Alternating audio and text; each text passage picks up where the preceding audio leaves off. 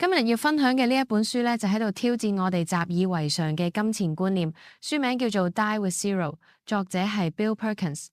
佢要話俾我哋聽，唔係點賺錢、點存錢，而係點使錢先至能夠帶住零遺憾離開呢個世界。作者同背景 ，Bill Perkins 係邊個呢？佢係一位對沖基金經理人，都係一個企業家。佢年輕嘅時候就賺咗好多錢，但係亦都親眼睇到好多朋友同富豪明明擁有巨大嘅財富，卻帶住遺憾離世。呢啲人有錢，卻冇能夠喺對嘅時候去享受生活。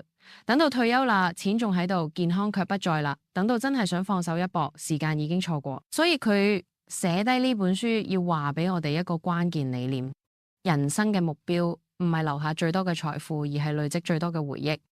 錢嘅真正用途，作者話，錢嘅價值唔在於存住，而在於能夠換嚟乜嘢。最好嘅投資唔係股票，唔係房，而係體驗。你可能會諗下，體驗有咁重要咩？嗱，想象一下，你使錢去一趟旅行啦，當下開心啦，之後每一次回憶起嚟，心裏邊都會再次感到快樂。呢個就係所謂嘅記憶紅利。錢存在銀行，只會越嚟越冰冷，但錢使喺體驗上，卻能夠產生不斷回報嘅快樂。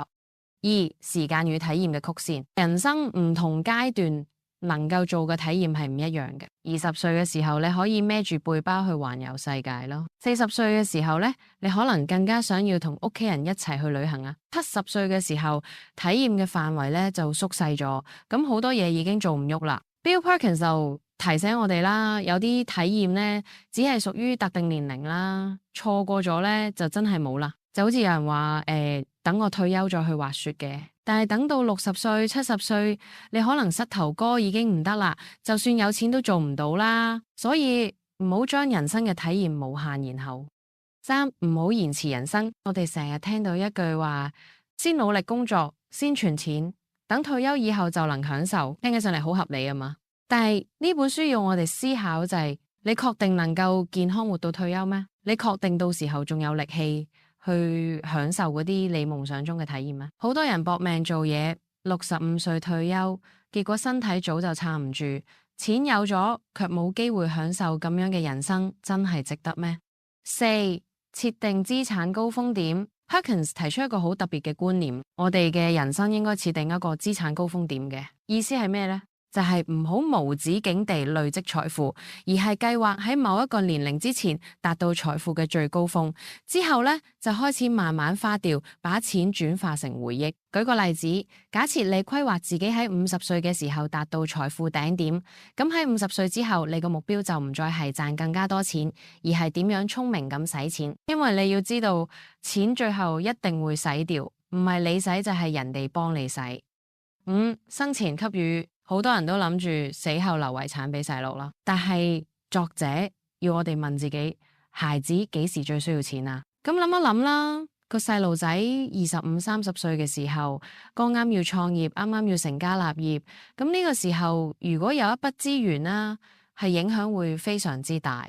但係一旦等到你80歲過世，佢60歲繼承，可能已經唔缺錢啦，所以作者建議唔好等到最後一刻，而係喺你仲活住嘅時候，將個錢俾出去，幫助孩子喺人生嘅關鍵時刻。6、三大資源：時間、金錢、健康。人生最重要嘅3樣嘢就係時間、金錢、健康。但係好殘酷嘅係咧，呢3樣嘢咧幾乎唔會同時充足。後生嘅時候有時間有健康，卻缺錢。中年嘅時候呢，有錢有少少健康，但時間好少。老年嘅時候有錢有時間，但係健康唔在，所以我哋必須搵到平衡，唔好等到有錢佢冇健康，亦都唔好有健康佢冇時間。7、記憶紅利。最後一個概念呢，記憶紅利，每一個體驗唔係只係喺當下快樂，佢會好似投資咁不斷帶嚟回報。咁舉個例子啦，如果你喺20歲嘅時候去過一次背包旅行啦，咁嚟緊嘅30年你都能夠從回憶裏邊得到快樂。咁所以個體驗越早開始呢，個回報就越長。咁呢個亦都係點解我哋要盡早去做嗰啲一生只此一次嘅事情啦。行動建議。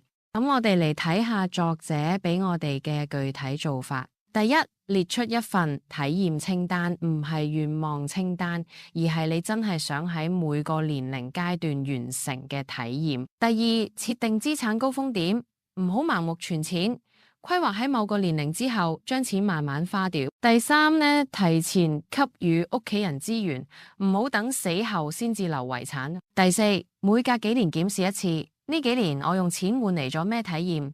如果答案係幾乎冇，咁就要警覺啦。結尾總結，Die with Zero 要我哋思考一個問題：人生嘅最終目標到底係留低幾多錢，定係留低幾多回憶嘅？Bill Perkins 俾嘅答案好清楚，帶住零遺憾死去呢，就係將錢換成體驗，將體驗換成回憶。咁所以下次當你喺猶豫要唔要使錢嘅時候呢，諗一諗呢筆錢會唔會為我買到一段難忘嘅回憶？如果會，咁就去做啦。因為當我哋行到人生嘅盡頭，我哋唔會帶走銀行裏面嘅數字，我哋能夠帶走嘅只有嗰啲故事同我哋曾經真實活過嘅證明。